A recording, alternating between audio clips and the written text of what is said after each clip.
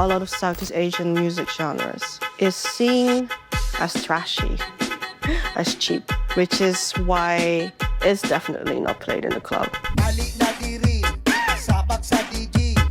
With Eastern margins, what we want to do is we want to challenge those preconceptions. The budots? The Filipino saying it's like that. Eastern margins is crucial. They've bridged the gap through music and art and partying. Isn't that a beautiful thing? Vous connaissez la K-pop ou la J-pop, mais sans doute beaucoup moins le funkot, maniao ou la vina house. Normal, il est quasi impossible d'en entendre, du moins en Europe. À Londres, le DJ chinois Lumi, alias David Zhu, a remédié à ce problème. Fatigué de finir dans le même bar à karaoké à chaque nouvel an lunaire, il a décidé de créer le collectif Eastern Margins. Des soirées dédiées aux scènes alternatives d'Asie de l'Est et du Sud-Est, de la Corée du Sud à l'Indonésie, en passant par la Thaïlande. 8 ans plus tard, le collectif a bien grandi et se délocalise même à l'international. Budots in the nelle, yo, I need to be here. Comment Eastern Margins réunit les diasporas asiatiques autour de ces scènes alternatives? On est parti découvrir ça en allant fêter l'année du cheval de feu avec le collectif de Londres à Amsterdam.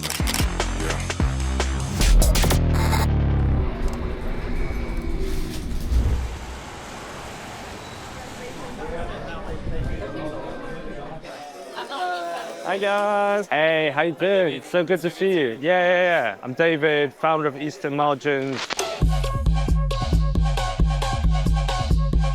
We are a cultural incubator for alternative Asian culture.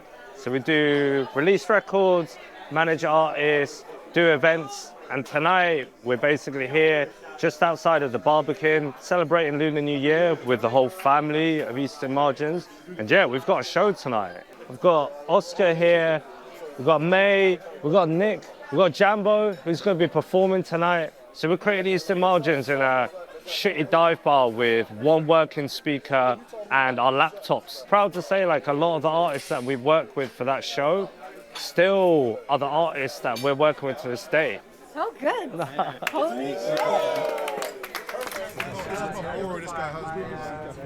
As a Chinese kid growing up in the UK who never really belonged anywhere, the rave was the first place where I felt like the same as everyone.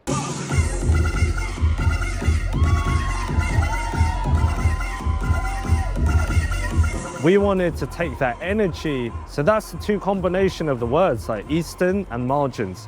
Eastern, a lot of ways representing our Eastern Southeast Asian background and heritage, and the margins representing everything that we loved and cared about the rave. I mean, this is the entrance to the show for tonight, basically, so welcome to the Barbican.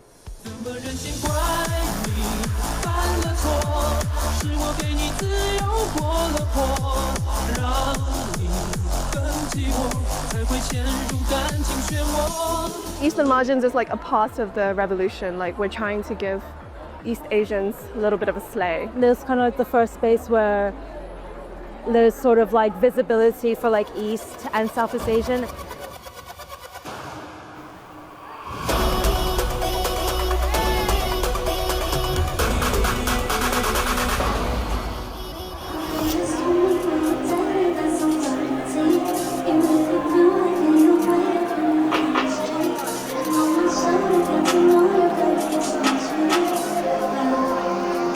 I am Belgian, Korean, but I grew up in Belgium.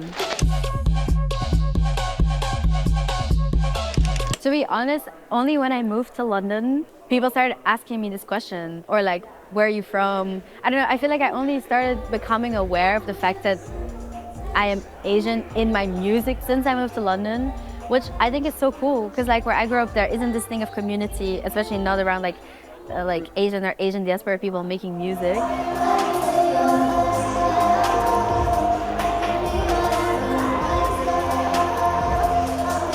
And I feel like there's several collectives or groups in London that do this, but I think Eastern Margins of what they do, it's felt so sincere and so special and so good.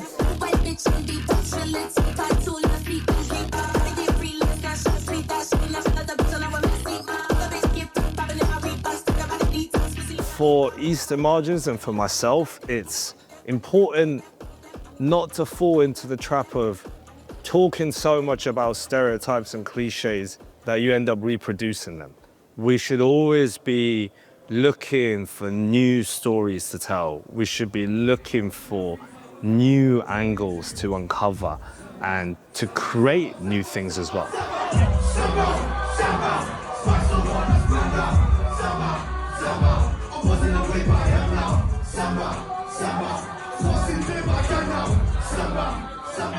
So the show that we did for Margins United was one of the greatest shows of my life, honestly.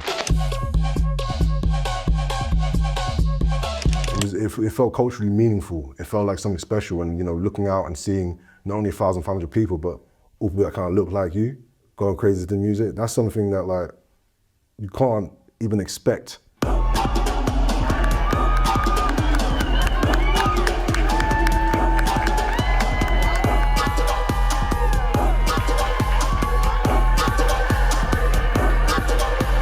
How we feeling right now, Barbican?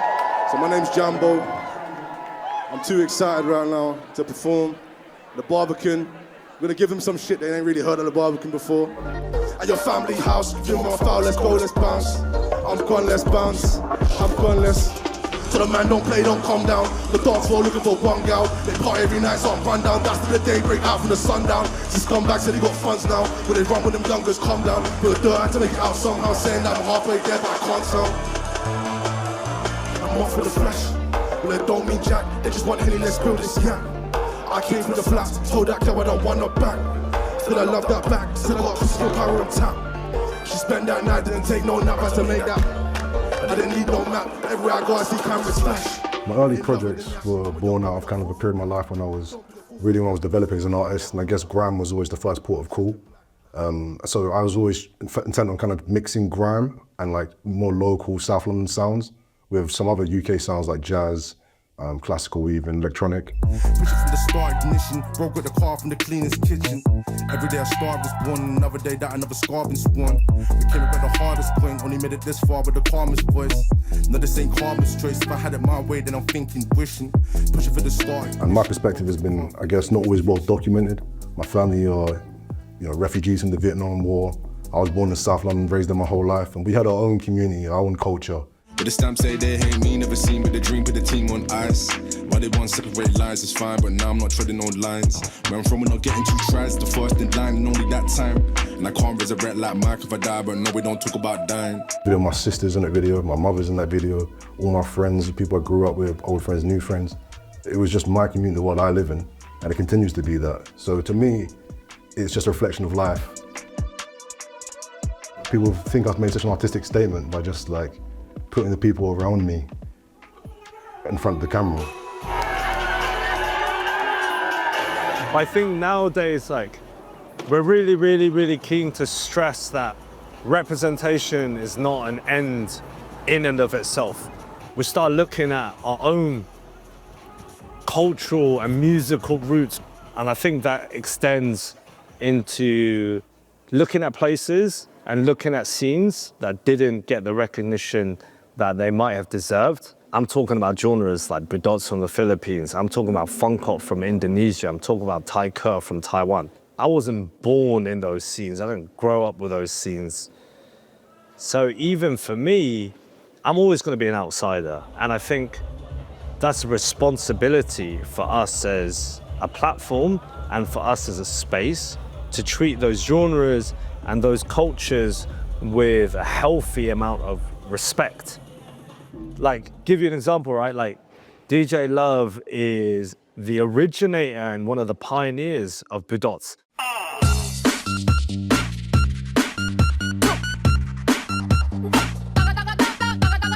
He needs to be the one DJing. Let's get him in the room.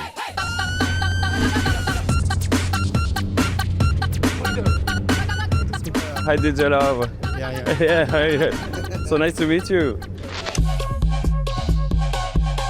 Hi, Oscar. How are you? I'm good. Fine. I'm part of Eastern Margins. I've been with them for about a year now. And yeah, I came from the UK today to join. So we've got headliner DJ Loro, Ever, from Amsterdam, and then I'm here as well from the UK. So cool. Let's go. DJ Love, c'est donc l'un des pionniers du budots, un genre de musique électro philippin qui a explosé en 2024 grâce à ce remix de Dr Beat par DJ Runway.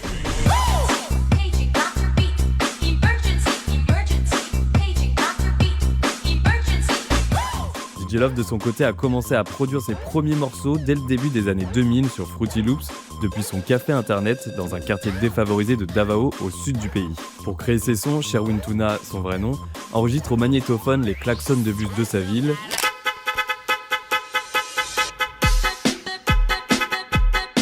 les bruits de gecko, ou imite les sifflements insistants des mecs dans la rue. Bref, tout instant de vie quotidienne est une inspiration, vraiment tout. The first, I think, is my neighbors. They are fighting, and so very annoying. So I got my Walkman and I record their voices. You stupid, pid. I put it in the music, and then you stupid, pid. You stupid, like that. Le budots n'est pas hyper bien vu aux Philippines. C'est perçu comme une musique de rue. Budots d'ailleurs ça veut dire feignant en Bisaya. Pourtant aujourd'hui le genre cumule des dizaines de millions de streams dans le monde. Pas mal pour une musique de feignant. Budots is a 140 style BPM. You start with a beat, the snare, yeah. And then the second one is the bass, yeah. Yeah, that's it. If you know the bass, then it's done. Tung, tung, tung, tung. This is the lead. Then you have a budot style. Now we're gonna go up for my sound check. And then it's going to be Sharon's sound check after mine. And in half an hour, the venue will open. My parents are Indonesian. They're like first generation immigrants. There's a very big Indonesian diaspora in the Netherlands because they were colonized. I only know a handful of people in the Netherlands and Germany, where I'm based now, that play Southeast Asian genres. And I'm one of them, and then there's 3 of my friends. Okay. I think a lot of Southeast Asian music genres, such as budots, is seen as trashy, as cheap, which is why people who play this kind of genres are not getting booked. Hiya. Hi. Thank you. Geen probleem. I've been DJing for 7 years now. Actually, the first time I DJed was in Indonesia, was in Yogyakarta. Tonight, I will play only Indonesian music genres. This is a good example of a genre called Indo Bounce. Has a lot of Latin American influences, actually.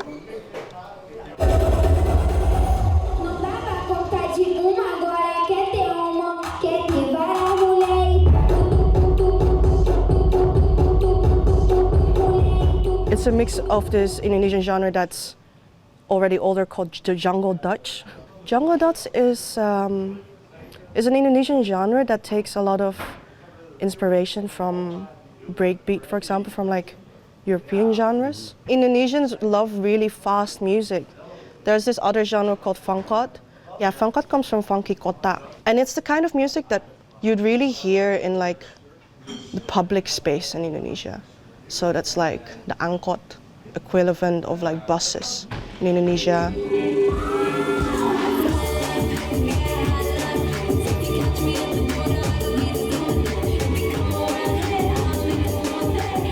So this is the newest genre I have.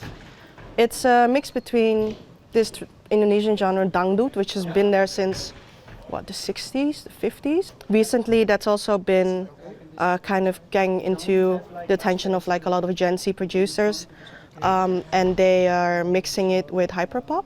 It's called hyperdut. Hyperdut. Yeah, Or you can call it Indonesian cloud rap as well.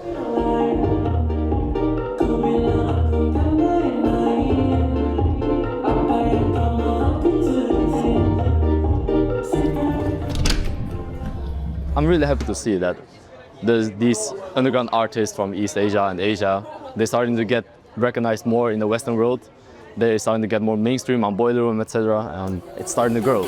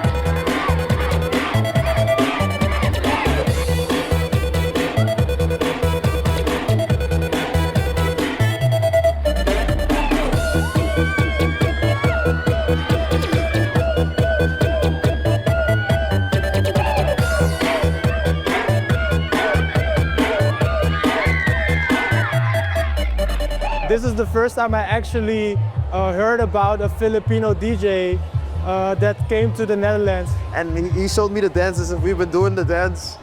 And then you're supposed to go lower and lower, you know? Hey, hey, hey.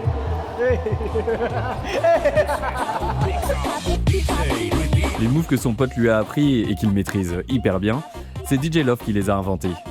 Sherwin est aussi chorégraphe, il est même à l'origine des Camus Boys et des Camus Girls, deux groupes de danseurs et danseuses qui apparaissent dans ses clips et qui tirent leur nom de la rue dans laquelle il les filme. C'est pour inciter les jeunes à danser plutôt qu'à se droguer ou à rejoindre des gangs qu'il a créé ces gestes en s'inspirant de danses traditionnelles locales et du quotidien de son quartier. The Davao City is so many, you know, they kill the gangster, drug addicts, you know. They put a solvent in a plastic bag and then they, like that, and they get high. So we invented the budots style steppings, like that. Yeah. Yeah, and then sometimes when you do drugs, you'll be killed, you will be shot in the head, like that, and like that, like that.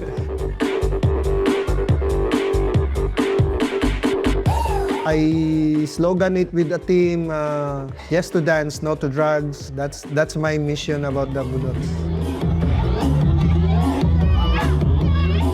Girl, it was so fun and it was fire. I mean, like, I danced the whole time. I had my legs sore and 10, 10, 10, 10 in, 10 in, 10, 10, 10, 10 in, 10 in. You see?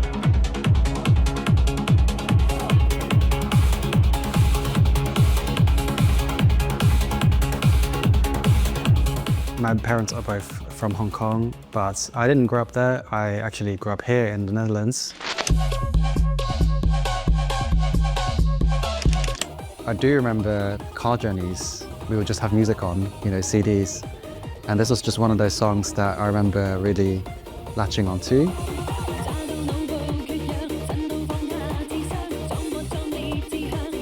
It's just, you know, cheesy Eurodance, but Cantonese. Even to this day, I'm still kind of chasing that sound. And so, yeah, it was just amazing to come back to the Netherlands and play this song in the club.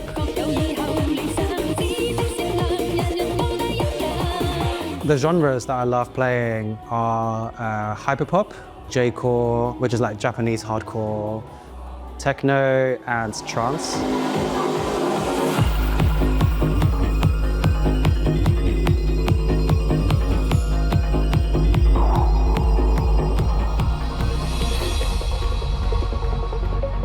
And I actually find that East Asian music typically is quite emotional.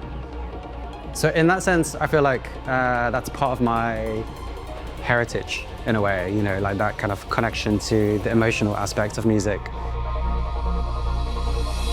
So that's what's really cool about Eastern Margins, is that I met so many people who had the same story, and you know, not belonging in either cultures kind of suddenly became okay because we belonged with each other, you know.